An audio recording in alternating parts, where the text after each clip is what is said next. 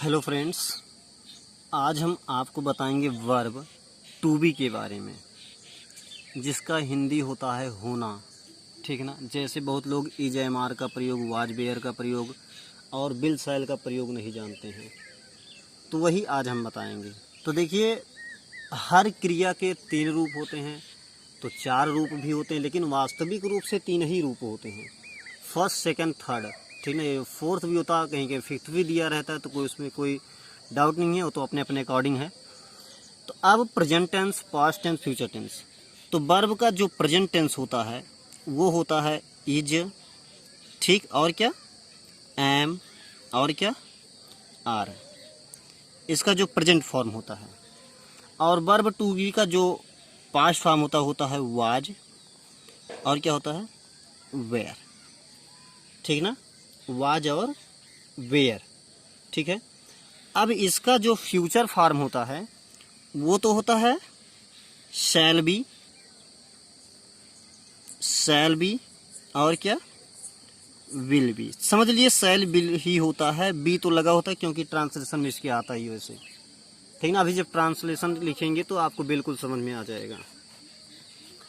तो अब जैसे ये जो इज है ये किसके साथ यूज होता है, ये होता है ही, ठीक है, और सी और इट और सिंगुलर के साथ। ठीक है ना, इनके साथ यूज होता है। और ये जो एम है ओनली आई के साथ यूज होता है। और ये जो आर है ये वी, यू, दे और क्या प्लूरल के साथ यूज होता है।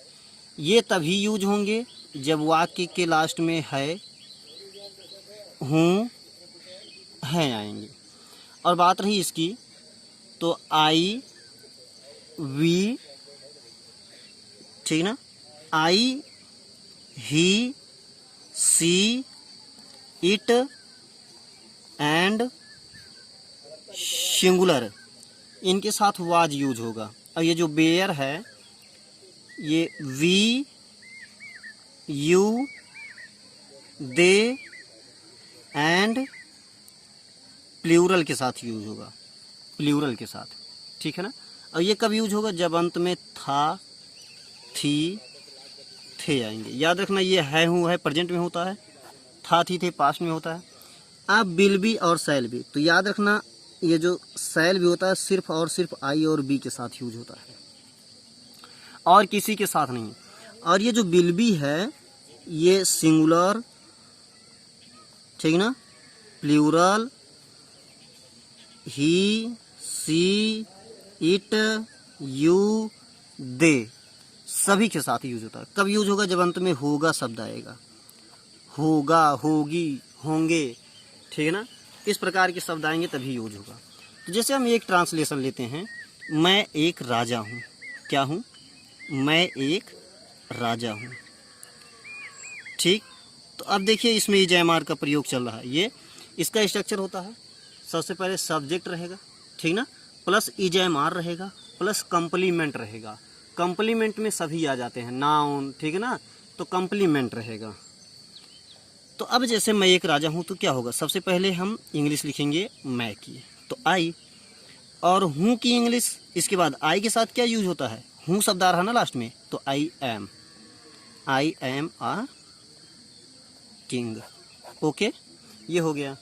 अब अगर बात करें इसमें, ठीक ना, बात इसमें करें, मैं एक राजा था, मैं एक राजा था, तो क्या होगा, आई के साथ क्या लगता है, आई के साथ वाज लगता है, तो हो जाएगा I was a king.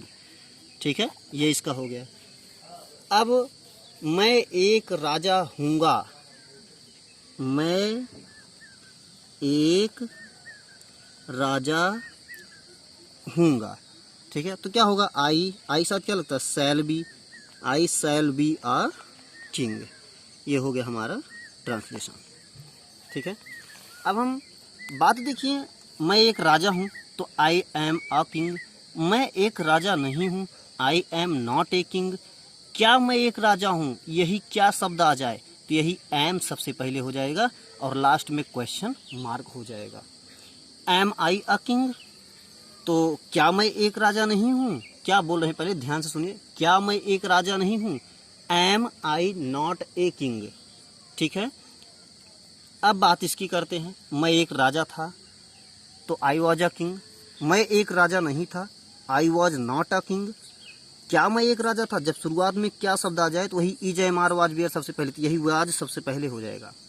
Was I a king. अब क्या मैं एक राजा नहीं था? Was I not a king. ठीक है, मैं एक राजा हूँगा, I shall be a king. मैं एक राजा नहीं हूँगा, I shall not be a king. क्या मैं एक राजा हूँगा? शैल आई बी ए किंग। क्या मैं एक राजा नहीं हूँगा? शैल आई नॉट बी अ किंग। ठीक है, ये बात हुई।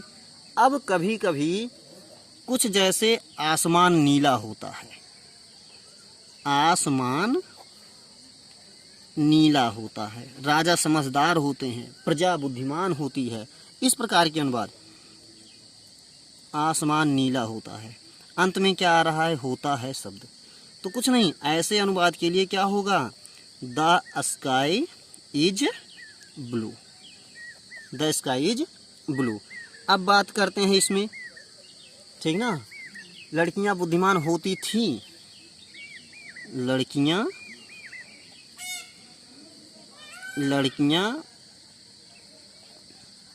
बुद्धिमान होती थी। तो द गर्ल्स वेयर, वेयर क्यों लगा? क्योंकि बहुवचन है। द गर्ल्स वेयर क्या? इंटेलिजेंट या सेंसिबल, इंटेलिजेंट। ठीक है ना, ये हो गया। अब तो जैसे कौवा काला होता है, क्या आ गया? कौवा काला होता है। ठीक ना, क्या होगा? The crow is black. क्या होगा? The crow is black. अब इस प्रकार से तो ये समझ में आया कि नहीं? अगर नहीं आया हो तो एक बार फिर से रिवाइज कर लीजिए। वर्ब टू बी का प्रयोग आप पढ़ रहे हैं। वर्ब टू बी के 3 रूप, जैसे किसी भी क्रिया के 3 रूप होते हैं। जैसे प्ले है तो प्लेड, प्लेड होता है ना, तो वैसे ही वर्ब बी का भी होता है। बी मीन्स होना होता है, तो होता है प्रेजेंट, पास्ट, फ्यूचर। प्रेजेंट होता है इज एम आर, पास्ट होता है वाज वेयर, फ्यूचर होता है विल बी, शैल बी, या विल और शैल समझ लीजिए। तो ये विल बी तो यहाँ हूँगा शब्द के लिए। ठीक है, अब जैसे मैं एक राजा हूँ तो अंत में हूँ शब्द आई एम अ किंग। मैं एक राजा था, आई वॉज ए किंग। मैं एक राजा हूँगा, I shall B a king. अब थोड़ा अन्य उदाहरण हम बुक से देख लेते हैं। जैसे, ठीक ना, वर्ब टू बी, किसका प्रयोग पढ़ने जा रहे हैं हम? Verb to be. Present tense होता है इज एम आर। ठीक है ना, प्रेजेंट टेंस क्या होता है? Is am are. Past tense भी इसी समय देख लीजिए। पास्ट टेंस क्या होता है? Was were. और फ्यूचर टेंस होता है शैल बी और विल बी। तो चलिए अब हम स्टार्ट करते हैं यहाँ से। तुम एक अध्यापक हो, ठीक ना, अभी इसकी बात नहीं करते, हम बंद कर लेते हैं इसे। तुम एक अध्यापक हो, सबसे पहले किसकी इंग्लिश लिखेंगे? तुम की। तो यू के साथ इज एम आर में से क्या लगेगा? सब जानते हो, you are a thief, you are a king, इसी प्रकार बोलते हैं ना, तो हो जाएगा यू आर। अब बात रही एक अध्यापक, तो हो जाएगा यू आर अ टीचर। अब मैं भूखा हूँ, बहुत भूखा हूँ, तो आई हो जाएगा, आई के साथ एम लगेगा, आई एम। अब बहुत भूखा का क्या होगा? Very hungry, I am very hungry. ठीक ना, वह एक ईमानदार लड़का है। क्या लिखा है? वह एक ईमानदार लड़का है। तो कुछ नहीं करना, देखिए वह का क्या होगा? ही। ठीक ना, ही इज, अगर लड़की होता तो सी, लड़का है इसलिए ही, लड़की होता तो सी। तो ही इज, क्योंकि ही के साथ इज लगेगा ना, he is an honest boy, he is an honest boy. Sita मेरी बड़ी बहन है, Sita is my big sister, या Sita is my elder sister. ठीक है, अब बात करते हैं, जैसे है तुम एक अध्यापक नहीं हो, तो सबसे पहले हम यहाँ ना देखते हुए तुम एक अध्यापक नहीं हो, तो सबसे पहले किसकी इंग्लिश? तुम की लिखेंगे, यू होगा। अब यू के साथ क्या लगेगा? आर। ठीक है, तो you are not, is am are was were shall या विल के तुरंत बाद ही नॉट का प्रयोग होता है, तो हो जाएगा you are not a teacher. ठीक, मैं बहुत भूखा नहीं हूँ, तो क्या होगा? I am not very hungry. वह एक ईमानदार लड़का नहीं है, तो हम क्या बोले थे? बोले थे कि is am are was were के तुरंत बाद क्या लगाते हैं, नॉट का प्रयोग करते हैं। तो he is not very honest, sorry he is not an honest boy. अब सीता मेरी बड़ी बहन नहीं है, तो चाहे लिखिए Sita is not my elder brother, चाहे लिखिए बिग का भी प्रयोग कर सकते हैं, कोई दिक्कत नहीं उसमें। Sita is not my big sister, sorry sister रहेगा। अब बात आई क्या मैं बहुत भूखा नहीं हूँ, क्या मैं बहुत भूखा नहीं हूँ। तो जब शुरुआत में क्या शब्द आएगा तो इज एम आर सबसे पहले और अंत में प्रश्नवाचक चिन्ह रहेगा। तो आई के साथ क्या लगता है, एम, तो वही एम सबसे पहले हो जाएगा। एम आई वेरी हंगरी, तुम यहाँ क्यों हो। लेकिन देखिए ये सबसे अलग है, बीच में क्यों शब्द आ गया। जब क्यों शब्द आए तो उसकी इंग्लिश सबसे पहले लिखते हैं, why are you here, why are you here. क्या सीता मेरी बड़ी बहन नहीं है, is Sita not my elder brother, elder sister. क्या तुम एक अध्यापक हो, आर यू अ टीचर। ठीक, अब यहाँ पे पहचान है। टू बी वाक्यों में किसी प्रकार के एक्शन का कार्य नहीं होता। एक्शन मतलब कि जैसे खेलना, चलना, उतरना, दौड़ना, गिरना, इस प्रकार का कार्य नहीं होता। इनके अंत में है, हूँ, हो शब्द होता है। आई के साथ am, he, she, it, she, that, this, एक वचन के साथ इज, बी, यू, दे, इन सब के साथ आर का प्रयोग होता है। निगेटिव वाक्य की बनावट सब्जेक्ट होता है। Is am are plus not plus complement होता है।